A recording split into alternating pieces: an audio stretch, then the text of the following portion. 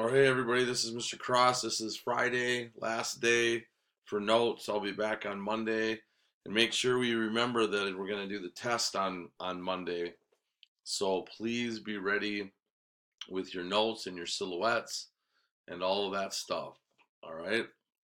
All right. So, chapter 14, lesson 5, getting help.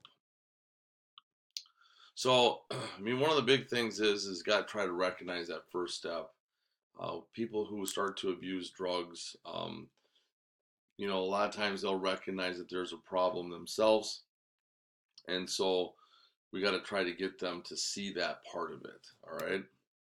Users may try to hide the problem or deny that one exists for a while. They know kind of what's going on. It's not like they're sitting there going, my life is great, but they definitely need some convincing to go get some help.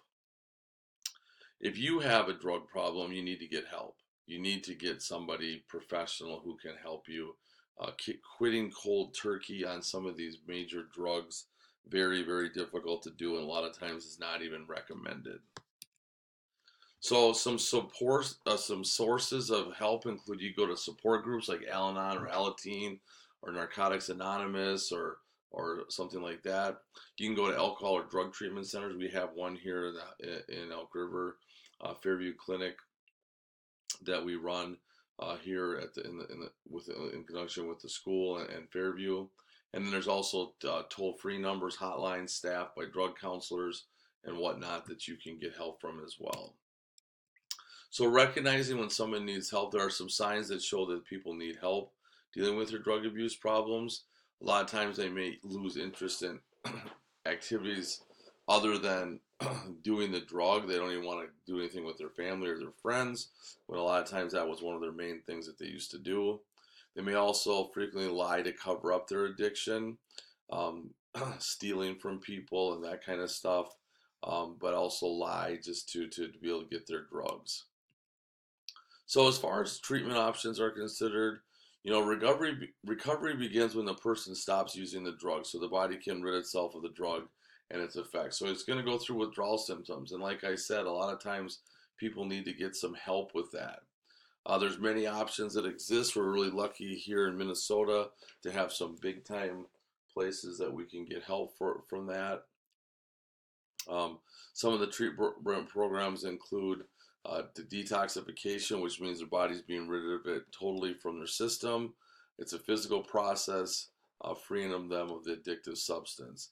And then there's got to be a lot of counseling that's done with it, because it obviously is providing an opportunity for them to openly share thoughts and feelings with a trained expert. But they just got to talk about why are they using the drugs. And remember, most of the time it stems from some type of mental health issue, depression, not feeling good about themselves, low self-esteem, anxiety, all kinds of those things. And then, one of the things about support groups that's so good is that, it ends up being a group of people who get together and kind of have the same story. And so they talk about how they kind of have went through some of the same things, and people see that they're not the only ones.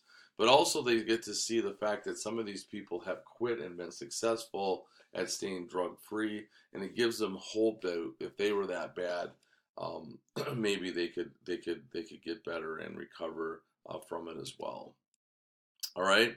So, how do you stay free from drugs? Well, first of all, it's a choice, and it's one of the most important decisions that you're going to make.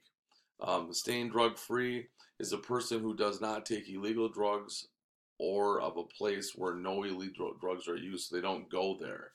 You don't hang out with people that are using illegal drugs.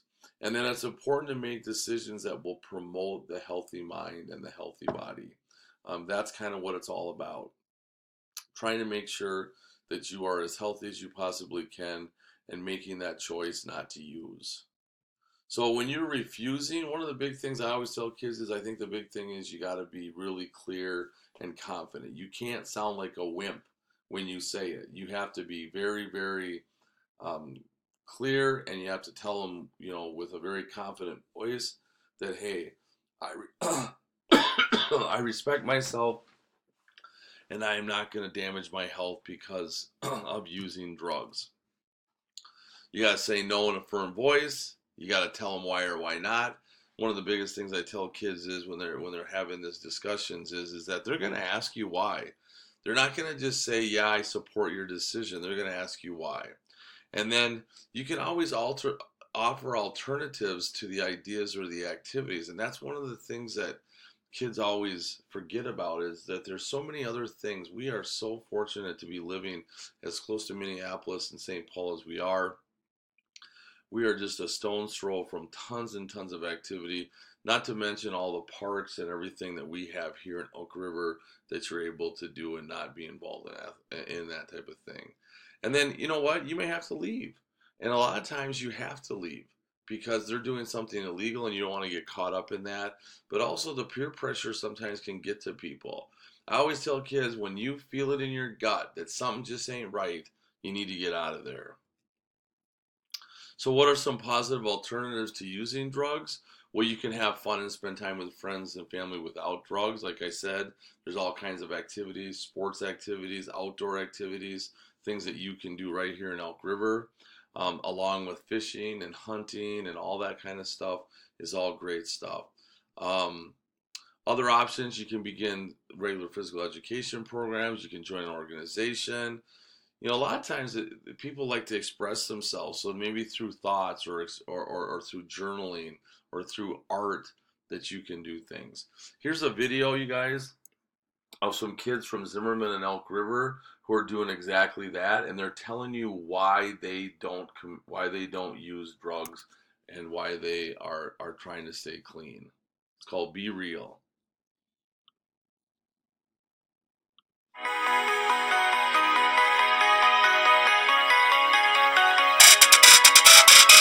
Hi, I'm Allie. I'm from Zimmerman High School, and my family keeps me real.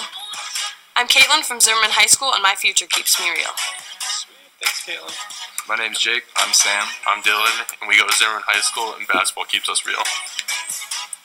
I'm Hannah. I go to Elk River High School, and my goals for the future keep me real.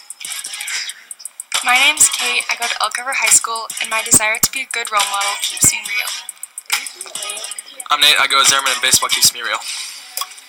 I'm Shelby. I go to Elk River High School, and being a softball captain keeps me real.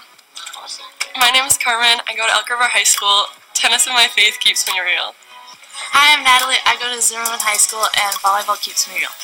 My name is Tommy, and I'm from Zimmerman High School, and football keeps me real. My name is Savannah, and I'm from Zimmerman High School, and my goals keep me real. My name is Carter Janu, and I'm from Zimmerman High School, and my family and football keeps me real. My name is Deja. I go to Zimmerman High School, and dancing and playing soccer keeps me real. Hi, my name is Elena. I go to Elk River High School, and my passion to work with kids keeps me real. I'm Michaela, and I'm Miley. We're from Zimmerman, and basketball keeps us real. Hi, I'm AJ. I'm from Zimmerman High School. Alcoholism runs in the family, and that's what keeps me real.